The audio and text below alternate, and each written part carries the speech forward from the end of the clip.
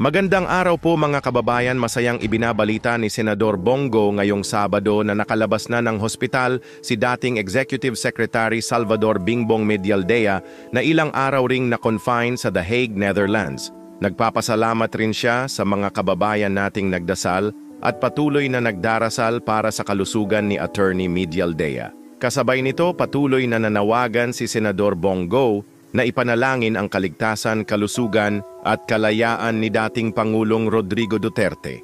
Samantala, nagpapasalamat naman si Senador Bongo sa INC. Ito ang kanyang sinabi: "Maraming salamat po sa mga kapatid natin sa Iglesia ni Cristo sa suporta at pagmamahal sa kapwa Pilipino.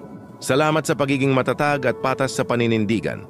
Sa ganitong panahon ng kaguluhan at pagdududa, napakahalaga ng mga boses na naninindigan para sa batas at kapayapaan. Unahin po natin ang kapakanan ng mga Pilipino at ipaglaban ang interes ng bayan. Ang kailangan natin ngayon ay pagkakaisa at pagkilala sa proseso ng ating batas. Meron naman tayong mga korte na nananatiling malaya at functional. At sa kabila ng mga hamon ng panahon, dala ng pagkakaiba ng opinyon, dahil sa mga nagaganap sa ating bansa, dalangin ko na hindi tayo magkawatak-watak. Dalangin ko na mananaig ang kapayapaan, pagmamahalan at malasakit sa isa't isa. At dalangin ko na magkaroon ng hustisya at pagsunod sa mga proseso na naaayon sa ating mga batas.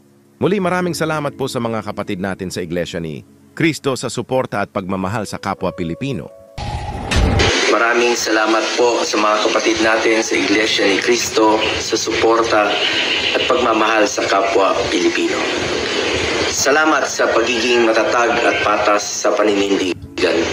Sa ganitong panahon ng kaguluhan at pagdududa, napakahalaga ng mga boses na naninindigan para sa batas at kapayapaan. Unahin po natin ang kapakanan ng mga Pilipino at ipaglaban ang interes ng bayan.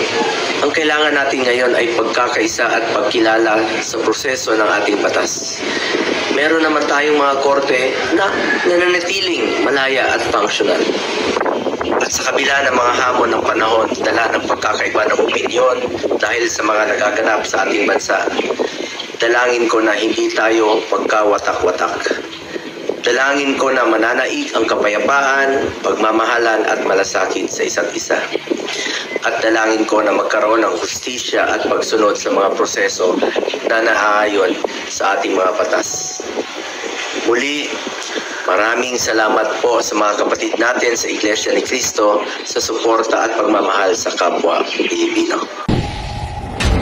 Hindi mabilang sa dami ng OFWs at Filipino immigrants dito sa Toronto ang nagtipon-tipon at nagkaisa para sa panawagang Bring FPRRD Home. Libo-libo mga OFW galing sa iba't ibang parte ng Canada ang nagtipon at nagbigay suporta para kay FPRRD. Hindi naman maiwasang maiyak at maging emosyonal ng iba nating mga kababayan. Ang masasabi ko po sa administrasyong ito, hindi po kayo fair. It's so unfair na ginawa niyo ito sa isang tao na halos ipagtanggol ang bayan natin. Halos ibigay niya ang buong buhay niya. Sa loob ng 6 na taon, ano ang ginawa niya? Lahat ng mabuti para sa lahat ng taong mamamayan, para sa lahat ng Pilipino. Ginawa niya ang kung ano ang makakabuti na hindi nagawa ng mga nagdaang administrasyon. Samantala, dahil umaapaw ang mga tao, napilitang ipasara ang entrance sa park at maraming mga kababayan natin ang natikitan sa parking lot, pero ika sa karamihan sa kanila ay ito ay ayos lamang hanggat makapagsuporta sila sa dating Pangulo.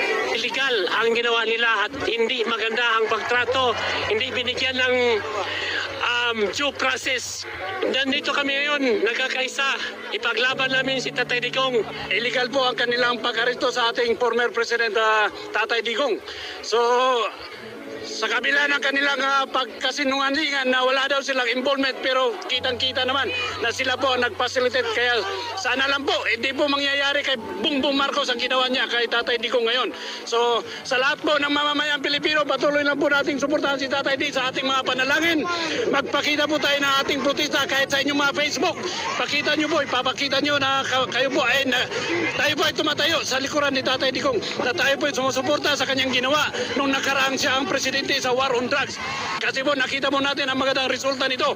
Naging tahimik at ligtas po ang ating mga kababayan. Alam nyo, ilang araw akong hindi kompleto ang tulog sa kaisip dahil lang binoto natin yan eh.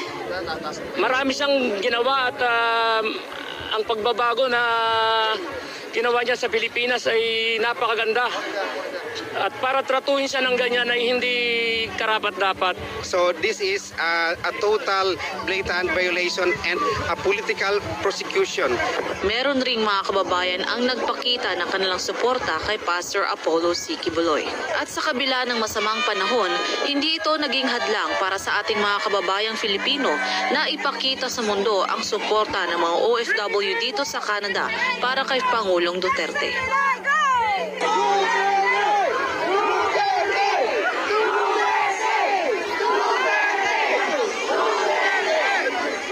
Sa ibang kakapasok po na balita, mga kababayan, dating speaker na si Congressman Pantaleon Alvarez may matinding tirada sa pamahalaan kung saan sinabi nito na takot sila yung surveys makikita mo pagkatapos bumaba yung ratings ng mga Duterte.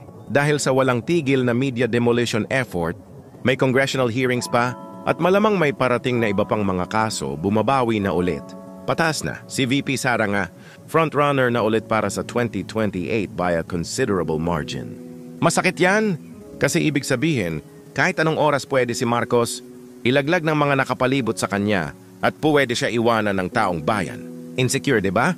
Kaya imbes na may kalaban siya para sa pagmamahal ng mga Pilipino, pinadampot na lang niya at sinuko si tatay. Digong sa ICC, matatandaan po mga kababayan na isa si Congressman Alvarez ang naghain ng reklamo sa Supreme Court dahil umano sa kanilang nakita na sobrang katiwalian sa BICAM o GAA.